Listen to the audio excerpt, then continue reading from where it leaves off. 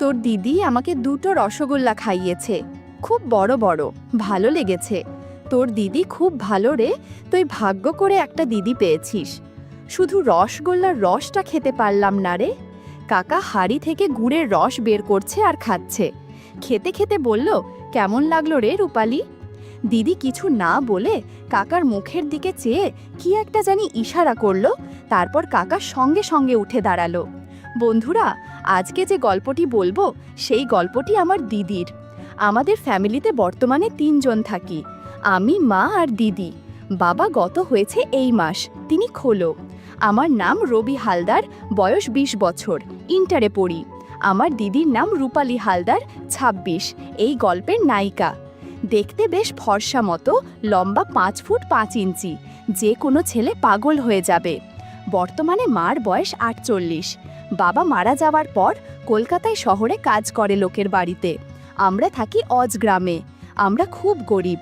বাবা মারা যাওয়ার পর আমাদের কিছু জমি আছে যেটা দিদি চাষ করে।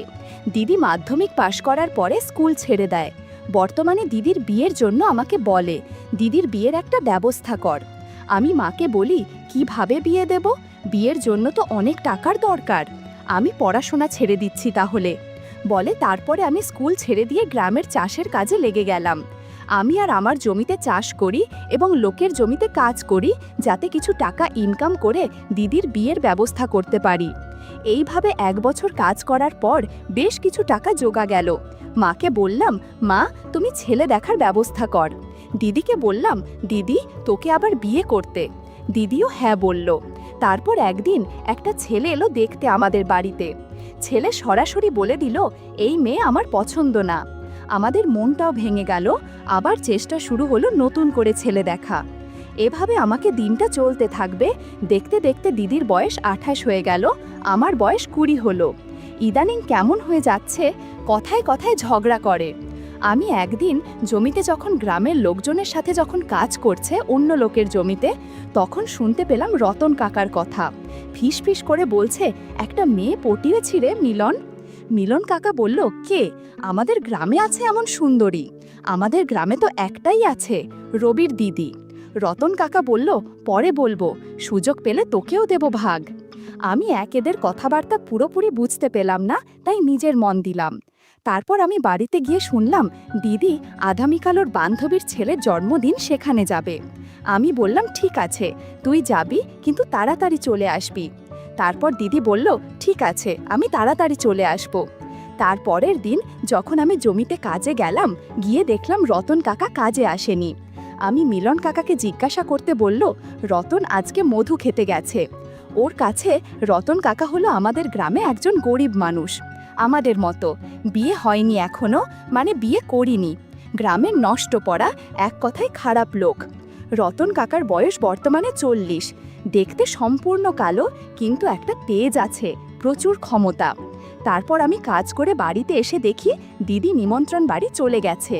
রাত 10টা বেজে গেল, এখনও দিদির বাড়িতে এলো না নিমন্ত্রণ বাড়ি থেকে। তাই ভাবলাম একটু এগিয়ে এগিয়ে দেখি। আর গ্রামের দিকে রাত 10টা, মনে অনেক রাত। আমি হাঁটতে হাঁটতে এগিয়ে গেলাম বাজারের মোড়ের দিকে। গ্রামের রাস্তায় একটা মানুষের জন দেখা যাচ্ছে না। এরকম কিছু দূর যাওয়ার পর দেখতে পেলাম 2টো মানুষ দাঁড়িয়ে আছে। কাছে যেতে দেখি দিদি আর রতন কাকা দাঁড়িয়ে। আমি বললাম, এত রাত হলো তোর? দিদি বলল, কোনো গাড়ি পাচ্ছিলাম না, তাই দেরি হয়ে গেল। আর আস্তে আস্তে রতন কাকার সঙ্গে দেখা হয়ে গেলে, তাই রতন কাকা আমি একসঙ্গে আসছি। আমি রতন কাকাকে জিজ্ঞাসা করলাম, কাকা তুমি কোথায় গিয়েছিলে? রতন কাকা বলল, আমি একটু শহরে গেছিলাম। শহর থেকে ফেরার সময় তোর দিদির সাথে দেখা হয়ে গেল, তাই এখনই আসলাম একসাথে। জানিস তো ভাই, রতন কাকা আমাকে আইসক্রিম খাইয়েছে, খুব ভালো আইসক্রিমটা। রতন কাকা, জানিস না রবি, তোর দিদি আইসক্রিম খেতে খুব ভালোবাসে, বলল রতন কাকা। সঙ্গে সঙ্গে দিদি খুব হেসে উঠল। তবে এখন তুমি চলো, অনেক রাত হয়ে গেছে, এবার আস্তে আস্তে বাড়ির দিকে চল। রতন কাকা বলল, জানিস রবি, তোর দিদি আমাকে 2টো রসগোল্লা খাইয়েছে, খুব বড় বড় রে, ভালো লেগেছে। তোর দিদি খুব ভালো রে, তুই ভাগ্য করে একটা দিদি পেয়েছিস। শুধু রসগোল্লার রসটা খেতে পারলাম না রে। আমি বললাম, কেন কাকা? তখন রতন কাকা বলল, ওই তাড়াতাড়ি খেতে গিয়ে পড়ে গেছে। দিদি বলল, তখন চিন্তা করো না কাকা, আমি আবার রসগোল্লা তোমাকে খাওয়াবো, সঙ্গে অনেক কিছু। এই কথা বলে দিদি মুচকে মুচকে হাসছিল। তারপর আমি আর দিদি বাড়িতে চলে এলাম। এসে দিদি শুয়ে পড়ল, আমিও পাশের ঘরে শুয়ে পড়লাম। আমাদের ঘরের পরিচয়টা দিয়ে এবার আমাদের দুটো মাটির ঘর, একটা ঘরে দিদি থাকে, একটা ঘরে আমি থাকি। আগে মা যদি একসাথে থাকতো, মা যেহেতু শহরে লোকের বাড়ি কাজ করে, তাই সপ্তাহে একবার করে এসে বাড়িতে। সকালে আমি আবার লোকের জমিতে কাজ করতে বেরিয়ে গেলাম। দেখলাম রতন কাকা, মিলন কাকা খুব হাসাহাসি করছে। তারপর আমার কাছে এসে বলল, রবি একটা কথা বলবো? আমি বললাম, বলে। তোর দিদিকে আর জমিতে কাজে পাঠাস না। আমি বললাম, কেন? তখন কাকা বলল, বড় হয়েছিস, দিদিকে কেন জমিতে পাঠাচ্ছিস? আমাকে বলতে পারিস, তোর দিদির কাজগুলো আমি করে দিতে পারি। ঠিক আছে, ভেবে দেখব। তারপর আমি বাড়িতে চলে এলাম। দিদিকে বলতে দিদি বলল, হ্যাঁ রে ভাই, আমারও খুব কষ্ট হয় জমিতে কাজ করতে। রতন কাকা খুব ভালো, তুই তো কোনোদিন বুঝিসনি আমার মনের কথা। আমার মনের কষ্টের কথা ঠিক বুঝেছে রতন কাকা। রতন কাকা খুব ভালো। তারপর হঠাৎ রাত 8টার সময় আমরা যখন ভাত খাচ্ছিলাম রাতের, তখন রতন কাকা এলো আমাদের বাড়িতে। আমি জিজ্ঞাসা করলাম, কাকা এত রাতে? কাকা বলল, আমার ঘরটা ভেঙে গেছে, কোথায় থাকো এই বর্ষার কালে রাতে, তাই ভাবলাম তোদের কাছে ছুটে এলাম। আমি জানি তোরা খুব ভালো, কাকাকে ফেলে দিবি না এই অসহায় কাকাকে। কিন্তু ওর কাকা, আমাদের দুটো ঘর থাকবে কোথায়? কাকা, তুমি ওইসব নিয়ে চিন্তা করতে হবে না। আমি কালকে তোর দিদির ঘরের পাশে একটা ঘর করে নেব। তোর দিদি আর জমিতে কাজ করতে যেতে হবে না, আমি তোদেরকে দেখাশোনা করব। দিদি বলল, তুই কাকা, তুমি আমাদের বাড়িতে থাকবে, এতে খুবই ভালো হবে। আমি বললাম, একটু ভেবে দেখি কাকা। তারপর কাকা চলে গেল। দিদি আমাকে বোঝাতে লাগলো, দেখ ভাই, কাকা যদি আমাদের বাড়িতে থাকে তাহলে আমাদের অনেক সুবিধা হবে।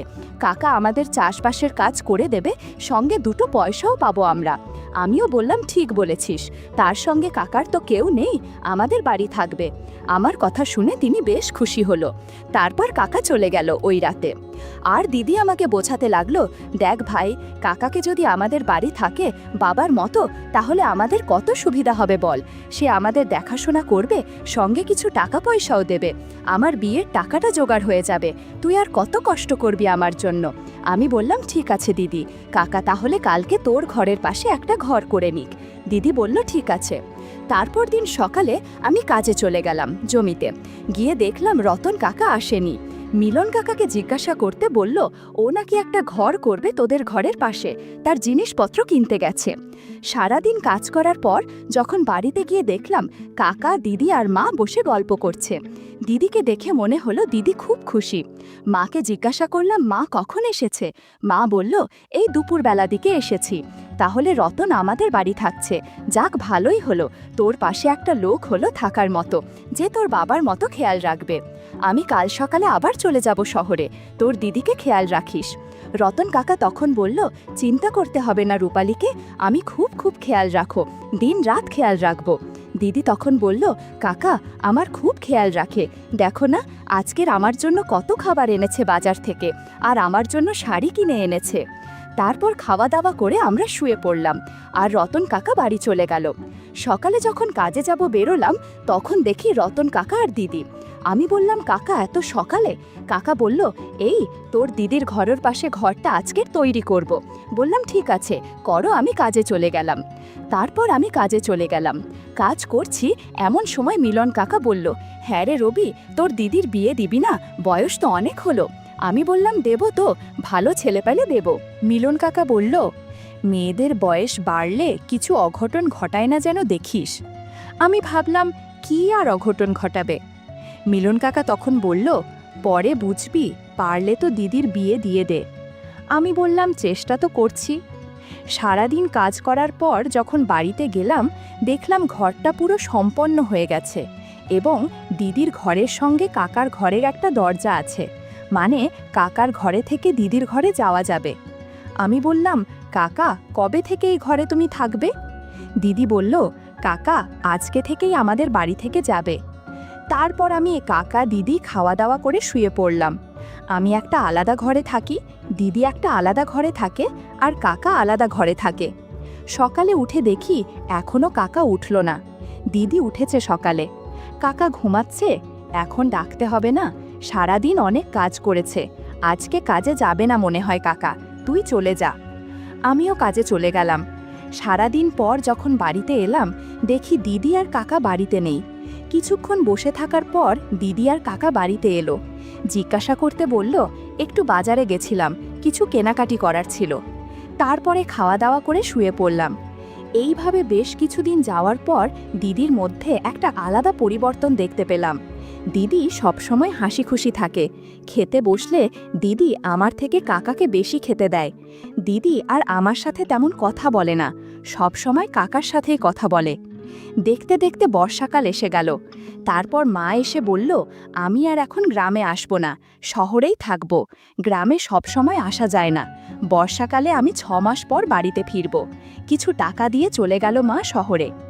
ও ঘর বর্ষা নেমে গেল, সব সময় বৃষ্টি হচ্ছে। তো একদিন রাতে যখন ঘুমাচ্ছে হঠাৎ আকাশটা খুব জোর ডেকে উঠল। আমার ঘুমটা তখন ভেঙে গেল। তখন রাত 12টা কি 1টা হবে, কিছুতেই ঘুম আসছে না। তাই ভাবলাম একটু বাইরে দেখি কতটা জোরে বৃষ্টি হচ্ছে। আমি বাইরে বের হয়ে দেখি আকাশ ঘন কালো ছেয়ে গেছে, আর দুমকা হাওয়া মারছে, হালকা ঝড় বইছে এবং প্রচণ্ড জোড়া আকাশ ডাকছে, আর ঝিরঝির করে বৃষ্টি হচ্ছে। ভাবলাম একটু রান্নাঘর থেকে জল খেয়ে আসি। আমি জল খেতে গিয়ে দেখি রান্নাঘরে একটা জায়গা থেকে জল পড়ছে। ভাবলাম দিদিকে ডেকে বলি, এই জায়গাটা কালকের একটু সারিয়ে নেয়ার দরকার আছে, যাতে জল না পড়ে। দিদির ঘরে ঢুকে দেখি দিদি নেই। তারপর পাশে দেখি কাকার ঘরের সাথে দিদির ঘরে দরজা ছিল, সেটা খোলা। আমি দরজার কাছে যেতে দেখি কাকার ঘরে একটা ছোট্ট হারকিনের আলো জ্বলছে। তারপর কাকার ঘরে ঢুকতে যাব, দেখি দিদি শুয়ে আছে আর কাকা দিদির মাথা ধরে বসে সর্ষের তেল দিয়ে মালিশ করে দিচ্ছে। আমি ঘরে ঢুকতে গিয়ে ঢুকলাম না এবং বেরিয়ে এলাম। আর ভাবলাম এসব কি হচ্ছে, বাবার বয়সী কাকা আর দিদি এসব কি করছে। তারপর যেন মাথার মধ্যে ভন ভন করে ঘুরতে রইল। তারপর আমি বেরিয়ে এলাম, কি করব বুঝতে পারলাম না। তারপরে চিন্তা করলাম কি করছো ওরা, আমি সেটা দেখব, কিন্তু কিভাবে দেখব। আস্তে আস্তে আমি রান্না করে গেলাম। রান্নাঘরের বেড়ার ফাঁকা থেকে দেখলাম দিদি মুচকি মুচকি হাসছে আর কি বলছে, আর কাকা রাগ দেখাচ্ছে। তারপর হঠাৎ দিদি বলে উঠল, কাকা তুমি অনেক দক্ষ কারিগর। তারপর কাকা কি একটা বলল, আমি ঠিক শুনতে পেলাম না। তারপর মনে হলো ওরা কি বলছে শুনতে হবে। তারপরে বাইরে এলাম।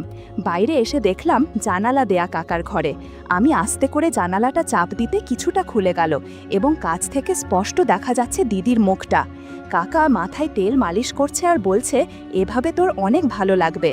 দিদি তখন বলল, কাকা তুমি আছো বলেই আমার কোনো চিন্তা নেই, নিচে গুড়ের রস রাখা আছে, একটু খেয়ে দেখো। আমি দেখলাম কাকা হাঁড়ি থেকে গুড়ের রস বের করছে আর খাচ্ছে। খেতে খেতে বলল, কেমন লাগলো রে রূপালী? দিদি কিছু না বলে কাকার মুখের দিকে চেয়ে কি একটা জানি ইশারা করল। তারপর কাকা সঙ্গে সঙ্গে উঠে দাঁড়ালো। হঠাৎ খুব জোরে বিদ্যুৎ চমকালো। আমি পিছন দিকে তাকিয়ে দেখি খুব জোরে বৃষ্টি এসেছে। ঘরের ভেতরের দৃশ্য আর বাইরের বৃষ্টি দেখে বেশ ভালো লাগলো এবং খুব আনন্দ লাগছে মনে মনে। ওদিকে কাকা দিদিকে বলল, কেমন লাগলো রূপালী? দিদি বলল, খুব ভালো লেগেছে, বৃষ্টির দিনে এরকম হলে তো অনেক ভালো লাগে। তুমি মাঝে মাঝে দুপুরবেলায় চলে আসবে, কাজ থেকে এসে আমাকে মালিশ করে দিবে। এরপর তারা কিছু আলাপ আলোচনা করলো। কাকা উঠে কলঘরের দিকে চলে গেল হাতে গুড়ের রস পরিষ্কার করতে। বন্ধুরা, ইউটিউবের গল্পগুলো শুনে মজা না পেলে আমার ওয়েবসাইটে দেয়া গল্পগুলো শুনতে পারো। সেখানে প্রতিদিন খোলামেলা গল্প আপলোড করা হয়। কমেন্টে ওয়েবসাইটের লিংক দেয়া আছে।